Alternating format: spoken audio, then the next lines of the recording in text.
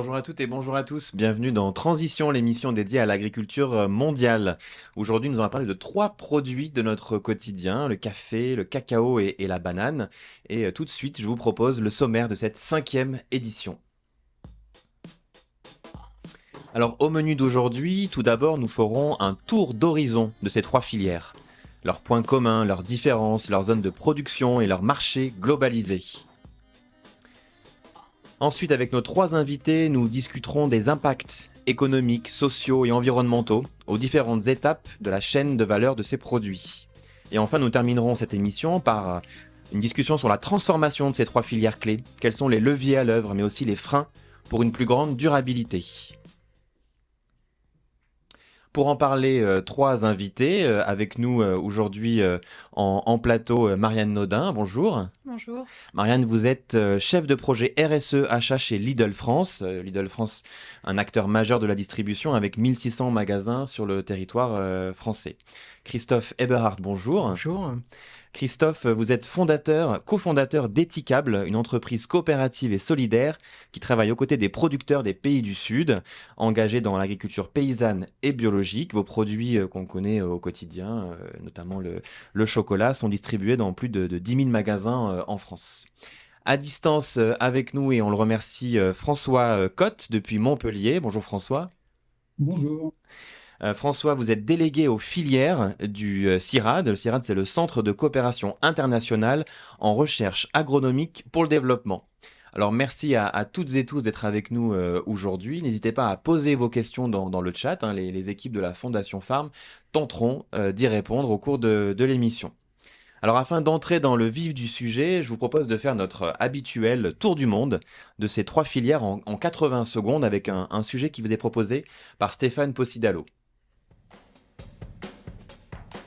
Aux quatre coins du globe, nous autres consommateurs aimons les déguster du matin au soir. Le café, le cacao, la banane, ces trois produits sont issus de filières agricoles clés. Elles ont plusieurs points communs.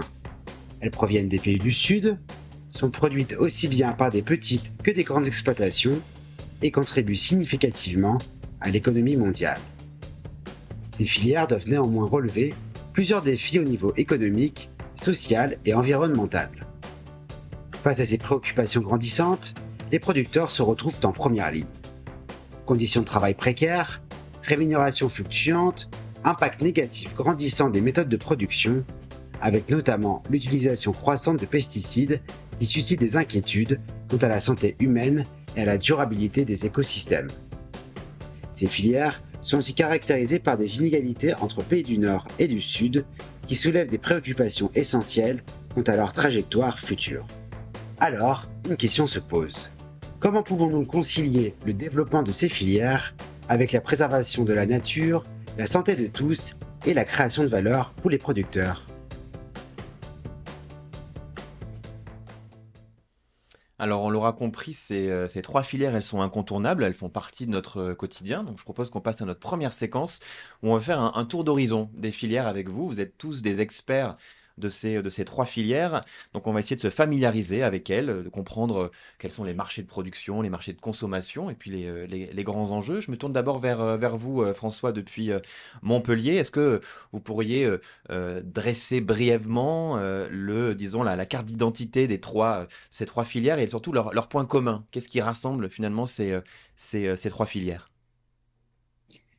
Oui, leur point commun, c'est les zones de production. C'est les zones de production au sud, dans la zone tropicale ou intertropicale. Ce qu'elles ont en commun, donc, c'est qu'elles sont consommées au nord. On parle de trois filières d'exportation. Voilà, alors, ce qu'elles ont en commun, c'est aussi ce qu'elles représentent en termes économiques pour les pays du sud.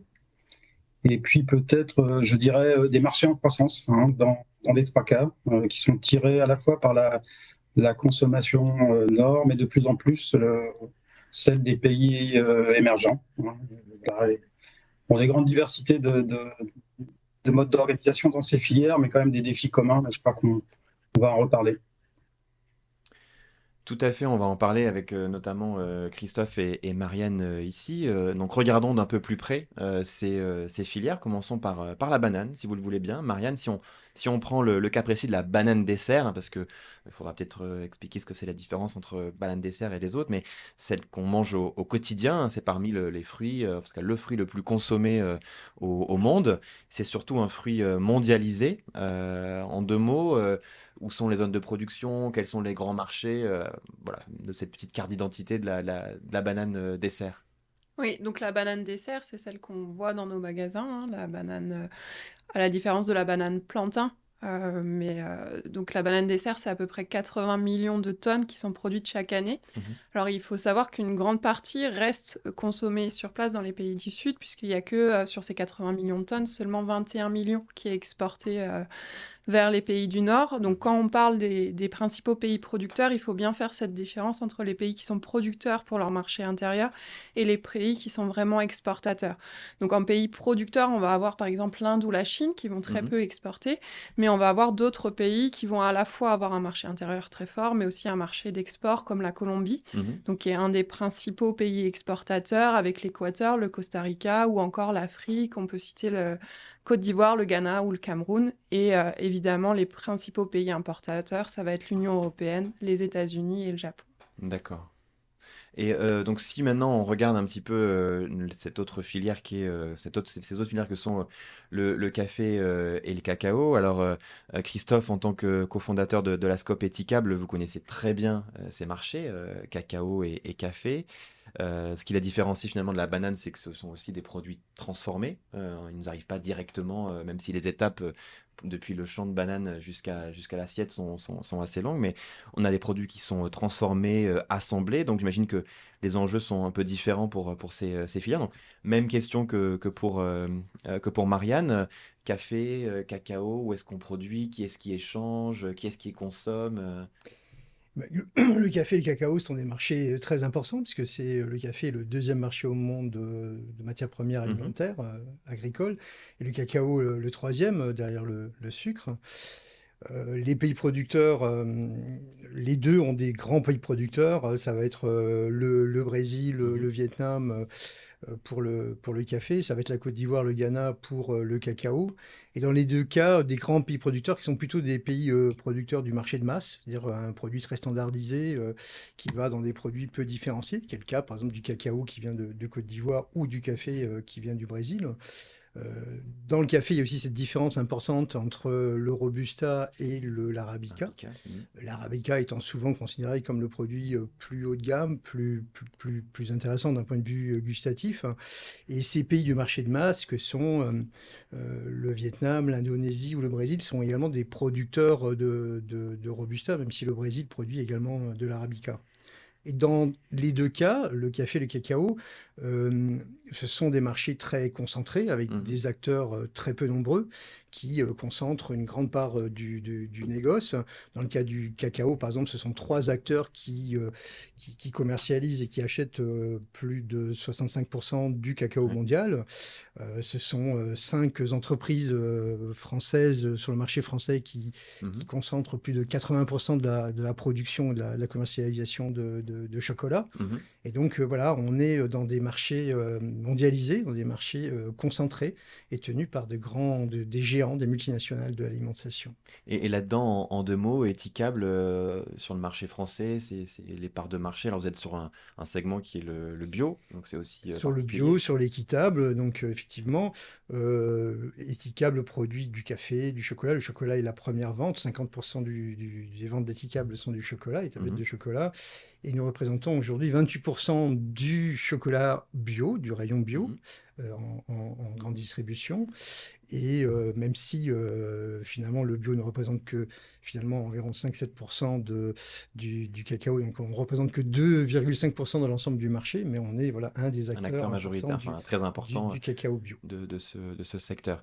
Alors je voudrais qu'on revienne, puisqu'on commençait à parler du marché français, regardons un petit peu ce qui se passe sur la banane et sur le marché français de la banane.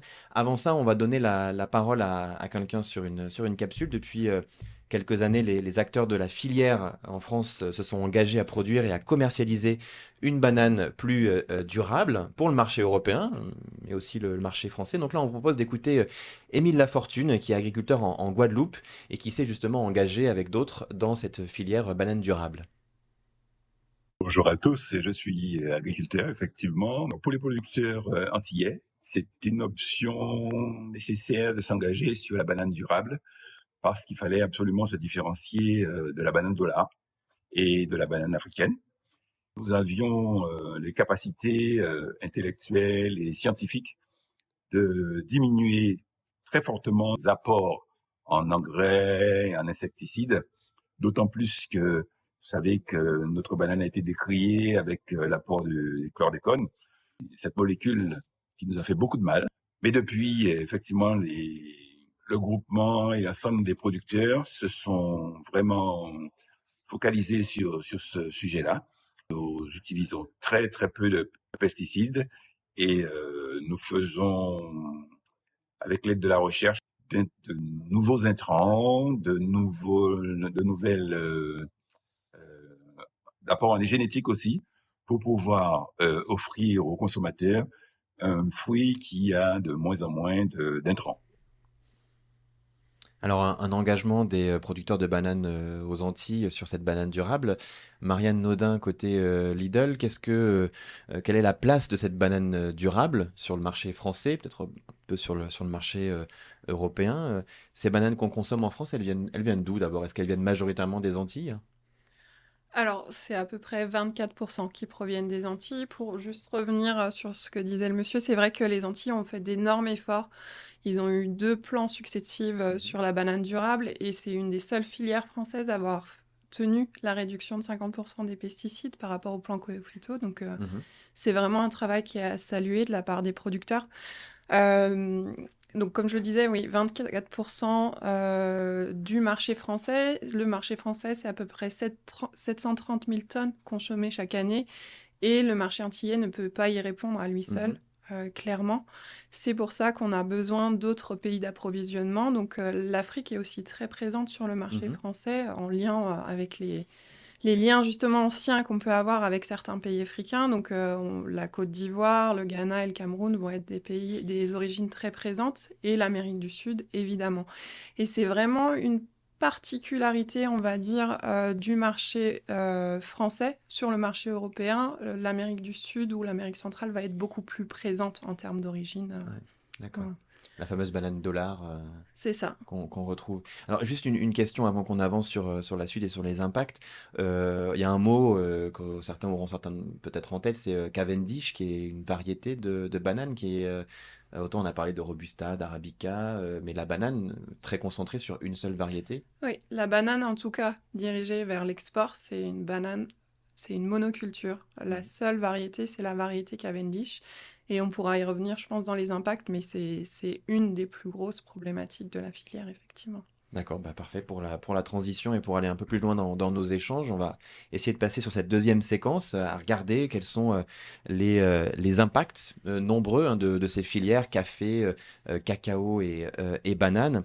Alors pour commencer, je vous propose d'aller en Côte d'Ivoire, justement. On en parlait sur la banane, mais là on va partir plutôt sur des exploitations de cacao dans une coopérative, la SEB, qui est une coopérative qui réunit 300 producteurs engagés dans la culture biologique de cacao. Et on va écouter Georges Nguessan, qui est chargé de durabilité au sein de cette structure ivoirienne, et qui nous explique comment les cacaoculteurs vivent de leur activité. On l'écoute. Nous, à CEP, aujourd'hui, on a autour de 300 producteurs qui sont engagés dans la culture biologique du cacao, avec un rendement total de 400 tonnes. Au niveau de la CEP, il faut dire que les cacaoculteurs ils ont un revenu qui est vraiment très intéressant, surtout parce qu'ils font du cacao bio, qui leur permet d'avoir des primes, en plus de prix qui est pratiqué par l'État. De sorte qu'aujourd'hui, nous, la CEP, c'est en moyenne 1350 francs le kilogramme de cacao. 900 francs le prix du cacao. Les producteurs, ils ont compris que c'est la manière de produire du cacao qui peut leur éviter les maladies liées aux manipulations des produits chimiques. De sorte que dans les périphériques même des zones de production de la sève, beaucoup de producteurs sont en train de s'inscrire pour s'engager dans cette forme de production-là aussi. Notre client, c'est un client historique qui a toujours tenu compte de nos coûts d'exploitation pour fixer les prix du kilogramme de cacao. De sorte qu'on a toujours été au-delà du prix qui est pratiqué par l'État de Côte d'Ivoire. Et cette année, notre client promet payer le cacao à 1400 francs si nous ajoutons l'agroforesterie dans l'activité de production.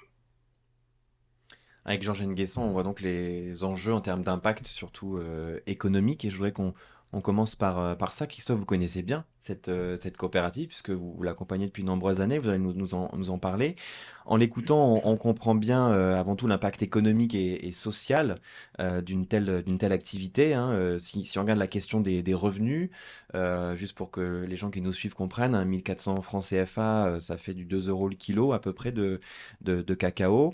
Est-ce que les prix mondiaux du cacao aujourd'hui permettent de rémunérer décemment, suffisamment les producteurs, surtout dans un contexte où le prix, où la part du prix payé aux producteurs est finalement assez faible dans le carré de chocolat qu'on consomme au quotidien? Bah, c'est bien le problème. Le prix mondial du cacao est trop bas pour que les producteurs puissent vivre décemment de leur travail. Et la filière cacao est marquée par la pauvreté des producteurs et aussi par le travail des enfants. On considère qu'1,5 million d'enfants travaillent dans le cacao en Afrique de l'Ouest.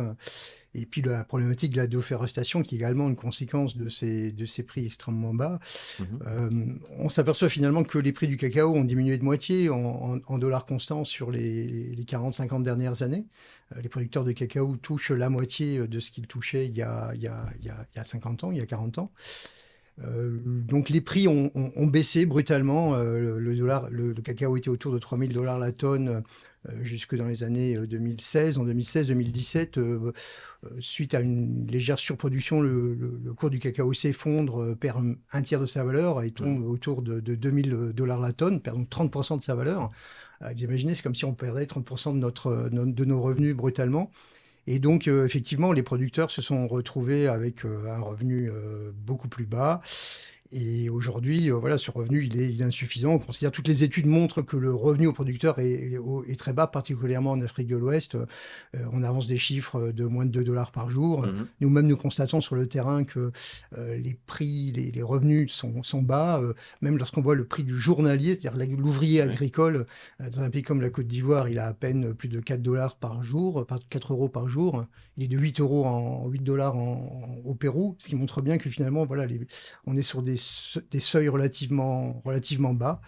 Et donc, voilà, l'enjeu dans le cacao, c'est vraiment que demain, on puisse avoir des prix plus rémunérateurs pour atteindre le revenu durable. Mais si on regarde vraiment la question du cacao, on a publié il n'y a pas très longtemps une interview de Nitiday qui travaille sur ce mécanisme qui a été mis en place, notamment en Côte d'Ivoire, le différentiel de revenus décent. Vous pouvez retrouver cet article sur le site de la Fondation Phare, mais dedans, il disait qu'en fait, le marketing représente plus ou moins 40% du prix final des bonbons ou des sucreries au chocolat. Ça veut dire que dans ce prix de la tablette, ce qui revient au producteur est très faible comparé aux autres postes de dépenses, notamment au marketing.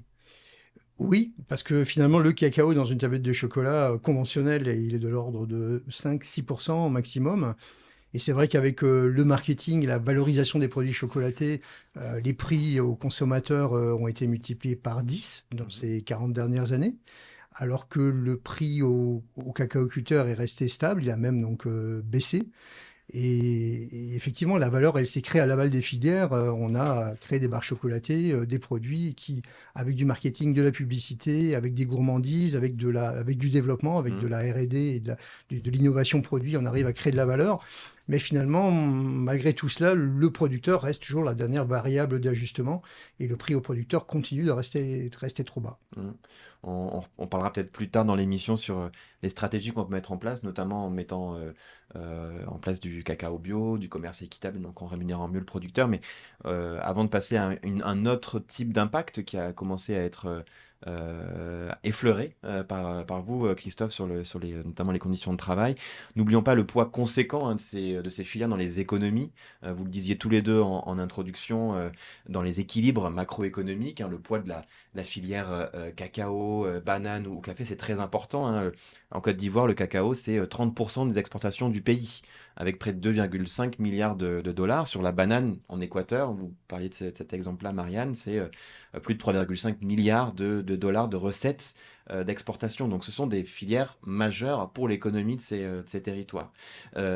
François, je me tourne vers vous à distance depuis Montpellier, notamment sur un autre impact, celui des conditions de travail et le développement social des producteurs et des communautés, notamment sur le cas du café et du cacao, hein. Pour le cas du café, c'est 70% de la production, elle vient d'exploitation familiale de moins de 5 hectares, donc très différent par rapport à la banane notamment. Comment est-ce que la production de café ou de cacao, elle affecte l'emploi, les conditions de travail, les droits des travailleurs, y compris la question cruciale qui a été abordée par Christophe du droit des enfants ou de l'accès aux services de base? Oui, je crois que la première remarque, ce que je ferais, on a parlé précédemment là de la partie transformation et de la partie commerciale qui est aux mains de quelques opérateurs. C'est vrai dans ces trois filières, hein, particulièrement sur cacao et café. Par contre, ce qu'on constate, c'est à la base, au niveau de la production, c'est des petites unités le plus souvent de production. Sur le café, on a 12 millions de petits exploitants, hein, c'est dans les différentes régions. Sur le cacao, on estime à 5,5 millions à peu près les productrices et les producteurs, plus tout ce qui est travailleurs nouveaux hein, associés. Hein. Donc on parle vraiment de millions de personnes. Ils sont très peu structurés hein, en termes d'organisation professionnelle. Donc effectivement, au niveau des conditions de travail, je ne sais pas comment les qualifier, mais on considère que c'est ce qui a été dit, hein, c'est bien en dessous du seuil de pauvreté pour plus de la moitié hein, de ces travailleurs. Voilà, donc après, c'est souvent un accès aussi à l'information, à l'autonomie dans la capacité de décision hein, qui limite un peu le progrès social hein, dans ces filières. Marianne, je me tourne vers vous. Finalement, on comprend, hein, c'est très différent entre banane, café et cacao, mais la structuration même du marché de la banane, vous parlez de la banane Cavendish pour le dessert, finalement cette structuration et les attentes des consommateurs d'avoir, quand on achète ses doigts de banane, de les avoir toutes de la même dimension, qu'elles soient au même état aussi pour la consommation. Est-ce que ces attentes, elles poussent pas vers une forme de simplification des pratiques agronomiques quand on remonte jusqu'au champ et qui vont peut-être à contre-courant ou à contresens des impératifs agroécologiques de s'adapter en fonction des contextes. Voilà, comment est-ce que ça joue ça sur la filière banane? Bah, il est clair que la filière banane, en fait, la banane n'est plus un produit agricole, mais un produit industriel. On peut dire ça comme ça. On est vraiment sur un produit très processé, que ça soit du centre de conditionnement jusqu'en magasin pour avoir justement cette banane qui arrive jaune dans nos magasins. Il y a un process très précis qui doit être respecté et qui est adapté à cette seule variété qui est la Cavendish. Donc ça, effectivement, ça pèse lourd dans la filière et c'est un poids qui l'empêche forcément, qui la tire en arrière pour évoluer dans la bonne direction. Cependant, on a vu qu'il y avait quand même des efforts qui étaient faits. On a eu l'exemple de lentilles tout à l'heure. Il y a aussi beaucoup de choses qui sont faites en Côte d'Ivoire. Donc, il y a des possibilités d'évoluer avec cette variété à court terme, peut-être avec d'autres variétés à plus long terme. Mais je pense que effectivement, la banane doit pouvoir sortir de ce carcan très processé et on voit de plus en plus d'exemples qui montrent qu'on peut en sortir Et je pense que ça se fera aussi en travaillant avec l'ensemble de la filière. C'est notamment le travail qu'a pu entreprendre Lidl en co-construisant avec nos fournisseurs des feuilles de route bananes durables, où on a pu vraiment définir des objectifs à la fois sur le plan social et environnemental pour essayer d'améliorer les pratiques, que ce soit aux Antilles, mais aussi dans les autres pays, parce qu'on a besoin de tous les pays producteurs. Et je pense que c'est important. Cette feuille de route, elle s'appuie sur la certification, qui est un maillon quand même très important, puisqu'on est sur des chaînes de valeur longues, donc on a besoin de la réassurance d'un tiers. Cependant, ces certifications, que ce soit Fairtrade ou Rainforest, ne sont pas suffisantes. Si on prend le cas social du revenu décent, aucune de ces deux filières-là, de ces deux certifications, n'assure un revenu décent aux salariés. Alors, il y a des efforts qui sont faits, Fairtrade notamment a des nouvelles exigences là-dessus, mais en tout cas, c'est vraiment un axe d'amélioration qui n'est pas atteint via ces certifications-là, et même sur le plan environnemental. Si on parlait de la question des pesticides en introduction, il y a encore beaucoup d'efforts à faire, et les certifications ne peuvent pas tout.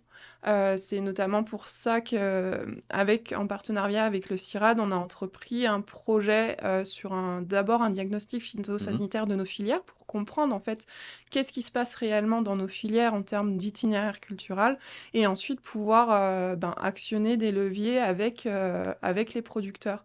Mais voilà, en les considérant comme des partenaires, et on doit coévoluer ensemble. Bien sûr, et ça, on reviendra sur ces leviers. Marianne, vous avez ouvert la porte grande des impacts environnementaux. On a parlé d'économie, on a parlé de social. Christophe, au début, vous nous avez cité les mots auxquels on pense, déforestation, biodiversité. On a là eu aussi les questions de pesticides. Donc cet impact environnemental, je me tourne vers vous, François Cotte. Où est-ce qu'ils se situent, ces impacts environnementaux? Comment est-ce qu'on peut les caractériser en termes de production, transformation, transport peut-être aussi?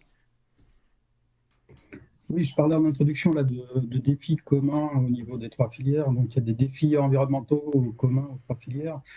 Après, ce que je dirais, c'est que ces défis environnementaux, ils dépendent aussi du type de système de production. C'est-à-dire que si vous produisez, par exemple, un café de plein soleil ou un café en agroforesterie, vous n'allez pas avoir les mêmes impacts environnementaux, donc il faut avoir ça en tête.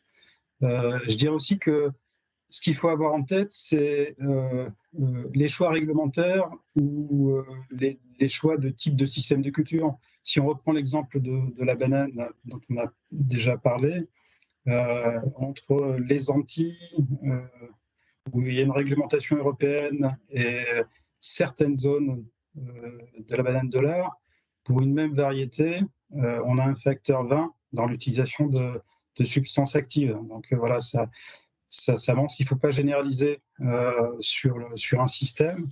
Mais ce que je dirais, c'est que en termes environnementaux, les pesticides de synthèse, les engrais, mais surtout les pesticides, c'est un défi commun. Enfin, la réduction de ces pesticides, c'est un défi commun aux trois filières. Après, c'est sûr que cacao, ça se cultive sur des fronts pionniers depuis toujours. Donc un problème de déforestation là. Voilà, l'impact, c'est la déforestation sur le cacao, avec un risque qui existe sur le café, aussi sur déforestation. Si on suit l'offre, enfin la demande, pardon, si la demande se traduit par une intensification des cultures, on touchera aux forêts sur café. Et puis sinon, au niveau empreinte carbone, oui, c'est ce que vous avez souligné, c'est le poste engrais est important. Sur la banane, le poste aussi carton, le poste transport. Énergie aussi, j'imagine. Oui, c'est les postes pétrole pour l'ensemble des intrants qui accompagnent les cultures, et bien sûr le transport. Oui. Même si des efforts sont faits.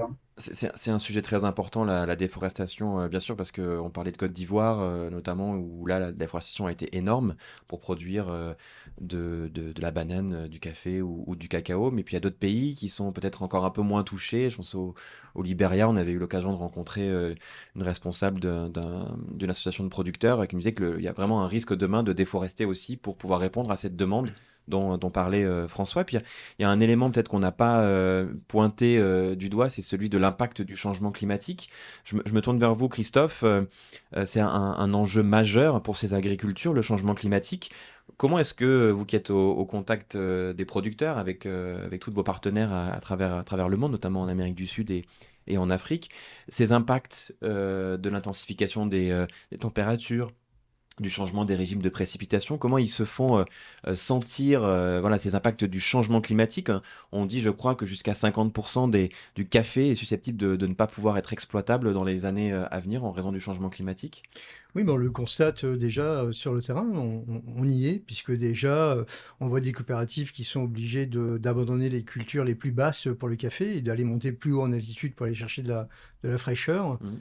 On voit des producteurs de cacao qui sont touchés par la sécheresse. J'ai vu dernièrement au Guatemala des cacaoyers séchés sur pied, c'est très impressionnant.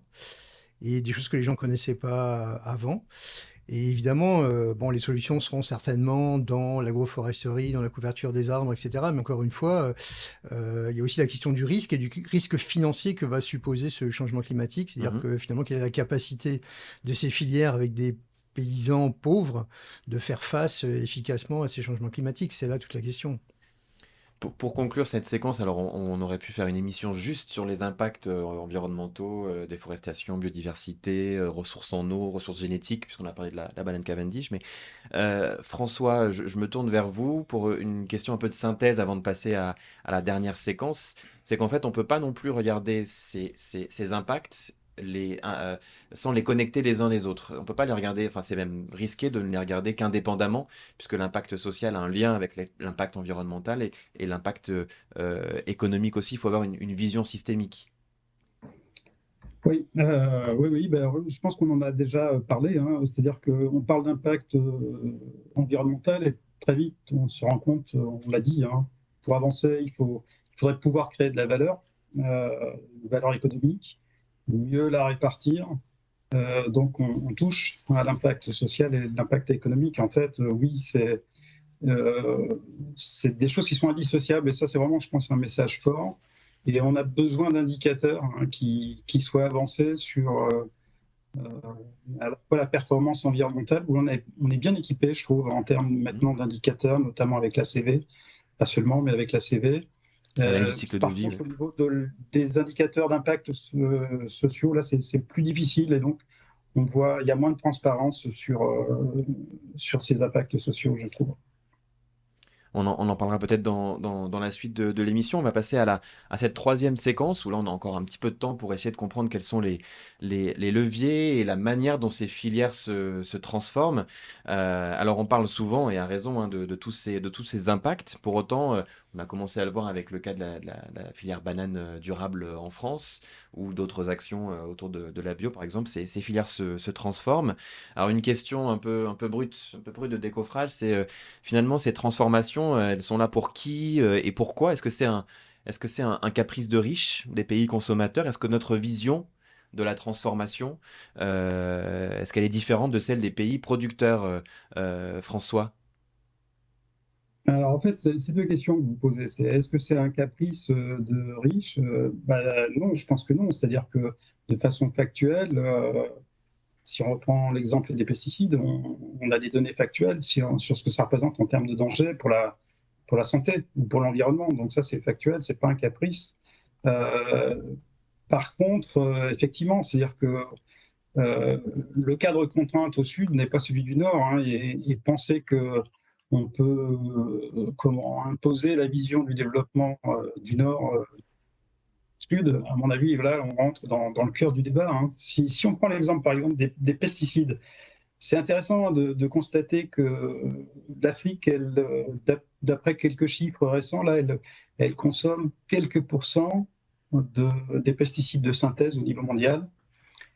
C'est des pesticides qui sont produits au nord, en Europe notamment. Donc, ils vendent en Afrique des pesticides qui souvent sont interdits par la réglementation européenne.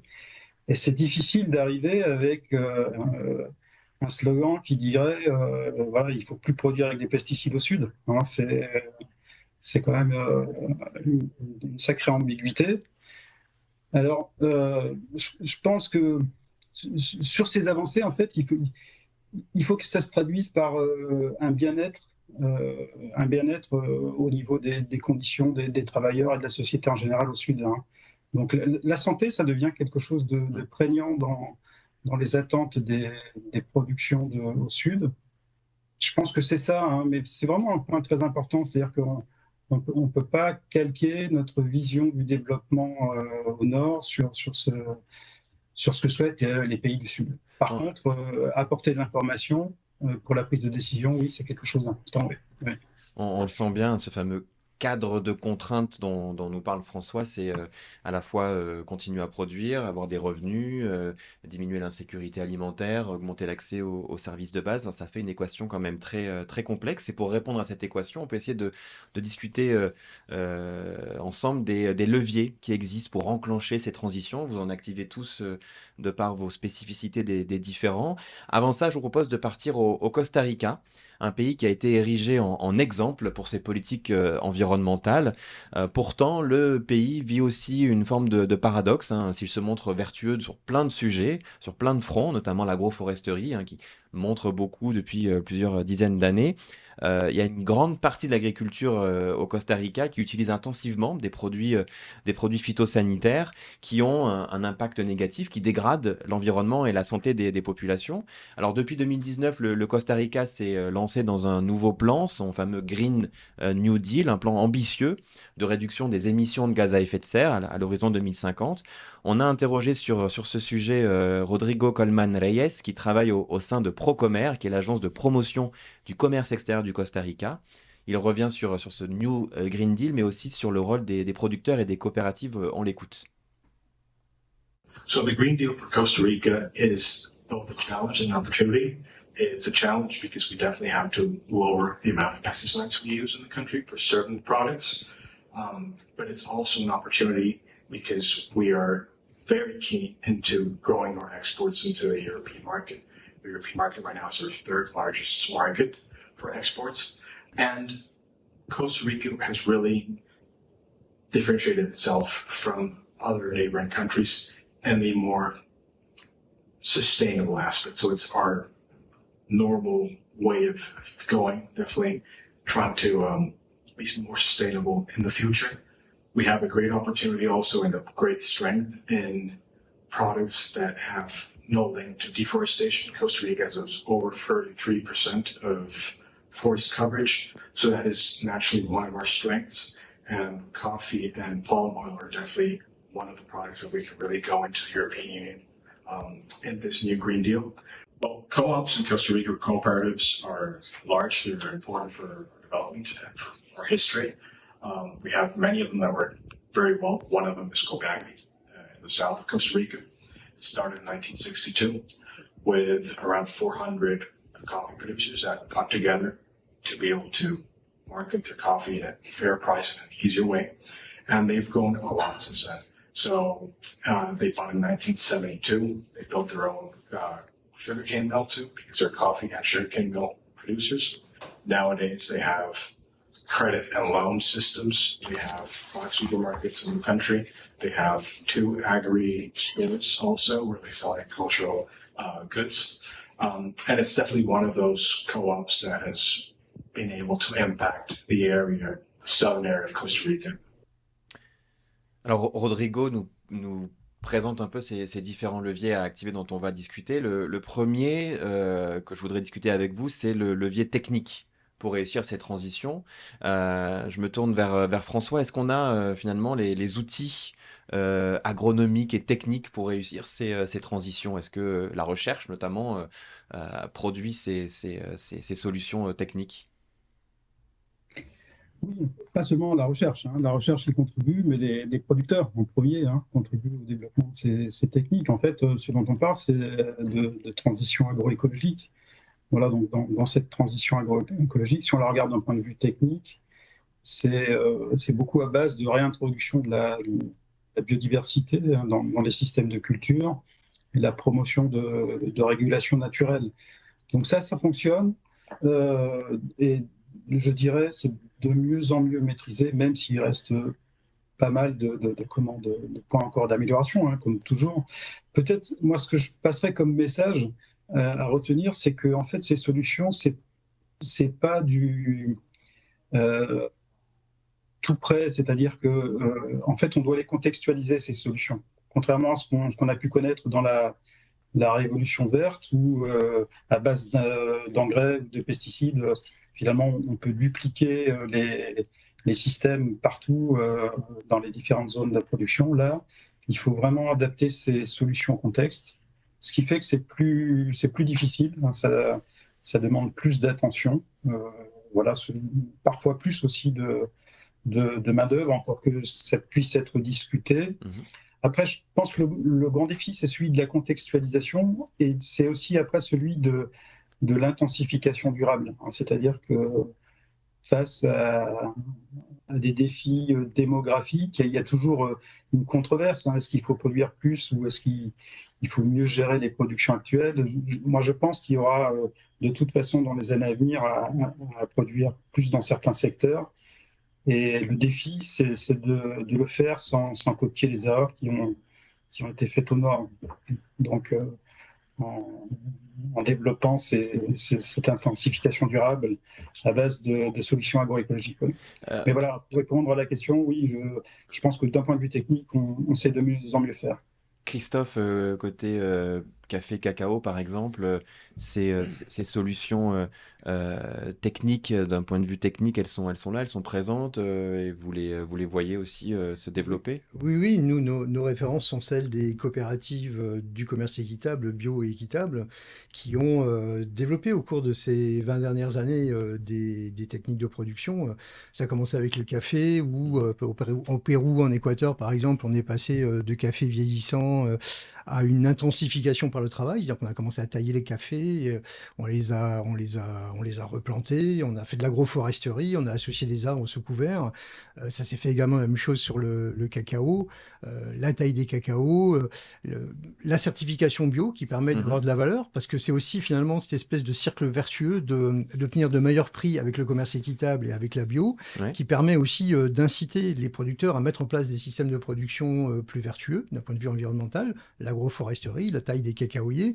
Et aujourd'hui, on a l'impression que dans un premier temps, les producteurs bio ont peut-être arrêté simplement d'utiliser des produits chimiques.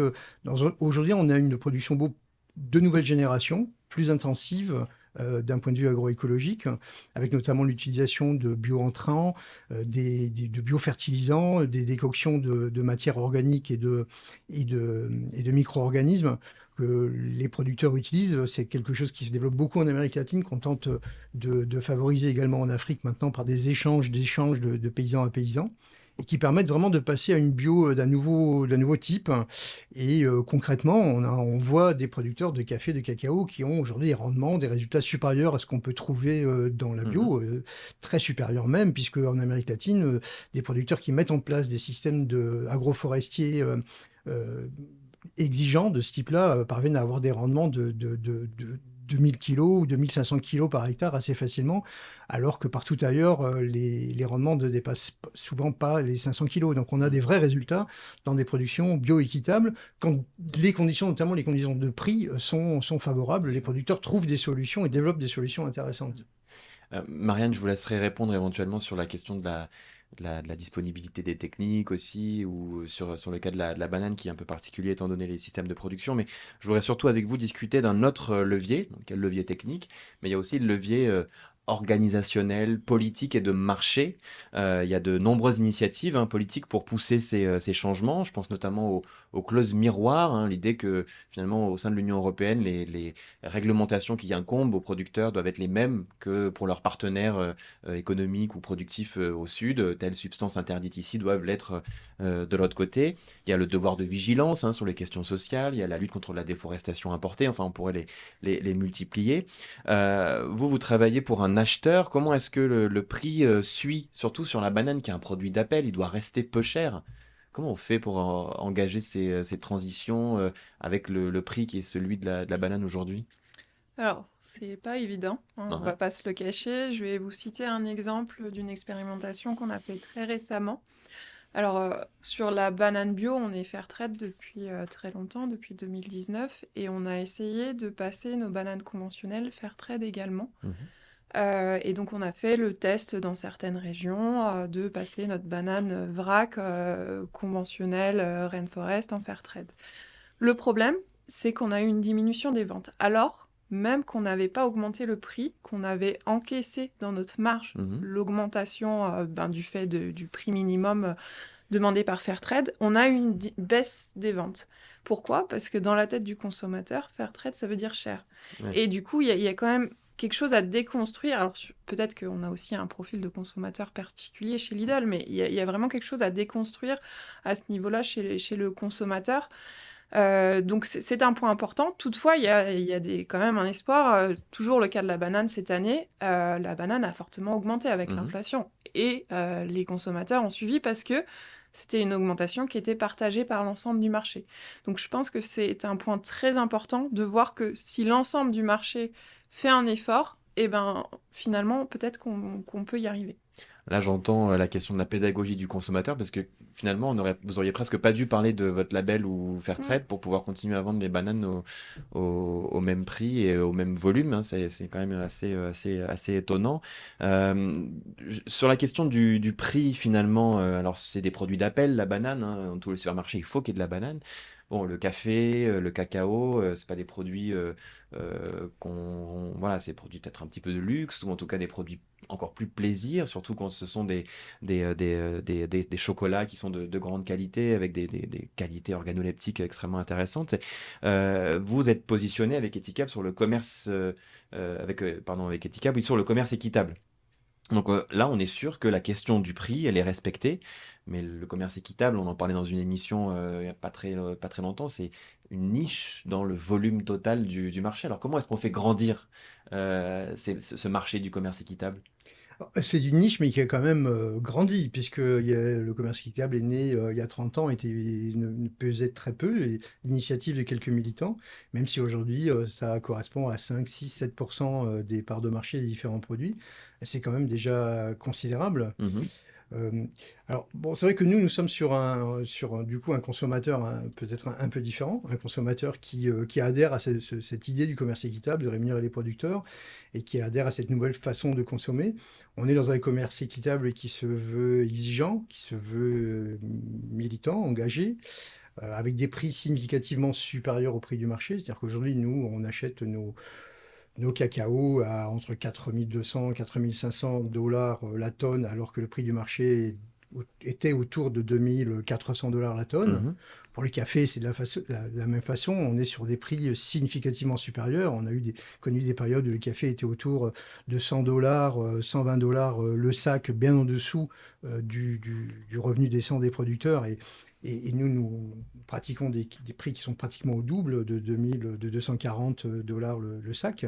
Donc voilà, on a cette capacité de démontrer, on est capable de payer des prix significativement plus élevés aux producteurs tout en n'étant pas complètement différent ou restant accessible aux consommateurs, puisqu'on vend nos cafés et nos tablettes de chocolat en grande distribution.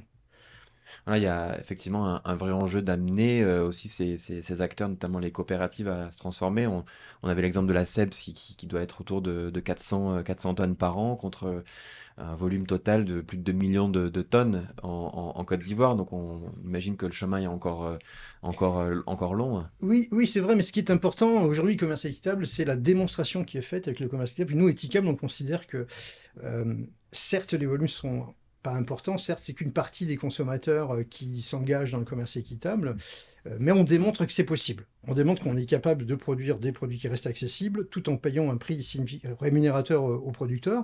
Et si nous, on est capable de le faire, d'autres sont capables de le faire, y Ça compris marche. les géants du café, du cacao pourraient le faire. Mm. Peut-être avec l'appui d'une politique publique, peut-être qu'à un moment donné, il faudra passer à des choses plus contraignantes, mais au moins on démontre qu'un autre modèle est possible. Mhm. Ça marche. Il y a un autre sujet important sur l'organisation de ces filières. On a dit il y a plein d'acteurs qui sont impliqués au long des filières et on a des initiatives qui apparaissent. Initiative française pour la banane durable, initiative française pour le cacao durable. Ça, c'est aussi au niveau européen. Ça veut dire que le secteur privé s'empare de ce sujet aussi en créant des formes de coalitions ou autour de l'avancement hein, de cette transformation. Est-ce que est-ce que c'est pour compenser les défaillances des politiques publiques qui n'arrivent pas à imposer quelque chose à ces acteurs privés ou est-ce que c'est au contraire pour anticiper les futures clauses miroirs, commencer à se préparer aussi au fait qu'on va demander beaucoup au secteur privé? Ah, notre position chez Lidl, c'est bien sûr l'anticipation, et c'est ce qu'on essaye d'expliquer. Alors, on l'a fait sur la banane d'abord avec nos fournisseurs au travail des feuilles de route, banane durable de Mhm. Lidl. Aujourd'hui, on veut le faire avec l'initiative française pour une banane durable, parce que comme on l'a vu sur la question du prix il y a quelques instants, si l'ensemble du marché ne bouge pas, on n'arrivera pas à faire bouger les prix de façon durable. Tout simplement, nous, on a eu des exemples sur le lait en France où voilà, on faisait cet effort d'augmenter de quelques centimes, mais si tout le marché ne le fait pas, Ouais. on peut pas rester, nous, seuls petits Lidl dans notre coin, à faire cet effort-là. Donc c'est important qu'on se mette d'accord avec l'ensemble des acteurs, qu'on parle avec aussi l'ensemble de la chaîne de valeur. Donc c'est pas juste les distributeurs entre eux, juste les industriels entre eux. Il est important qu'on se parle entre nous. Et je pense que ces initiatives seront vraiment une réussite quand on arrivera à impliquer pas seulement le marché, enfin les acteurs du Nord, entre Mhm. guillemets, mais aussi les acteurs du Sud, quand les syndicats de producteurs, quand les syndicats de salariés, même pour la banane, seront à même de prendre la parole et aussi de parler de leurs besoins à eux, quoi. Sur ces initiatives, Christophe, comment vous les voyez sur café, cacao? L'initiative française de cacao durable, nous, évidemment, on n'y a pas participé parce qu'on considère qu'elle manque d'ambition. Elles existent certes à l'image d'autres initiatives en Europe. Bon, elles annoncent, celle du cacao, qu'elle va en 2025 limiter le travail des enfants, en 2030 atteindre le revenu durable. Pour nous qui sommes dans le commerce équitable, Mm. c'est des éléments sur lesquels C'est déjà ce que on vous est faites inscrit déjà en fait. depuis longtemps. Et je pense qu'il faut être plus ambitieux. Les multinationales sont sensibles à l'image qu'elles ont, notamment pour un produit plaisir comme le cacao. Et donc, elles prennent des positions, mais le résultat n'est pas là, puisque les prix aux producteurs restent extrêmement bas, et c'est le marché qui domine, et on est en dessous des seuils de pauvreté, et donc on n'a pas d'impact à l'heure aujourd'hui. On a surtout des positions qui font partie de plus de politiques de relations publiques que d'actions qui ont des résultats. Et le rôle de la certification dans tout ça, où vous avez commencé à l'amener, ça marche, ça fait presque des effets contre-productifs sur Fairtrade. C'est pas assez, ça va pas assez loin sur certains. Comment est-ce qu'on fait bouger les lignes? Lidl, c'est quand même un géant. Donc vous avez peut-être des leviers aussi pour faire avancer des cahiers des charges plus forts. Est-ce que c'est peut-être un problème européen plus que français? Alors effectivement, on est sur des marchés mondialisés, donc ça peut pas être juste la France qui bouge. Enfin, on le voit avec Mhm. l'initiative française pour le cacao, ça, on rejoint des initiatives qui sont plus larges. Je pense que la certification a quand même du bon parce qu'elle permet de mettre tout le monde sur un socle commun. Et c'est au sein de Lidl, enfin, en tout cas pour nous, la première étape, c'est la certification parce que qu'on soit en Allemagne, en France ou au Royaume-Uni, bah, on va pousser par exemple 100% de bananes certifiées pour l'ensemble des pays. Et donc c'est un premier pas, mais ça peut pas être le seul et il faut ces initiatives pour moi, même si bon, c'est peut-être beaucoup de palabres, mais au moins c'est se mettre d'accord sur quel standard minimum on veut pour ces filières-là. Et ensuite, à chacun de faire les efforts, hein. Nous, on le fait notamment sur la banane au travers de projets pilotes qu'on peut avoir justement avec le CIRAD sur la question des pesticides, sur la question du Living Wedge avec Banana Link en Côte d'Ivoire. Donc Mhm. c'est important que chacun s'engage individuellement, mais si on ne fait pas bouger les lignes collectivement, on ne pourra pas augmenter ce prix. Et ça, on en est persuadé. Alors, François, vous êtes à distance. Marianne a mentionné les partenariats qui existent entre le Lidl et le CIRA, notamment sur les pesticides.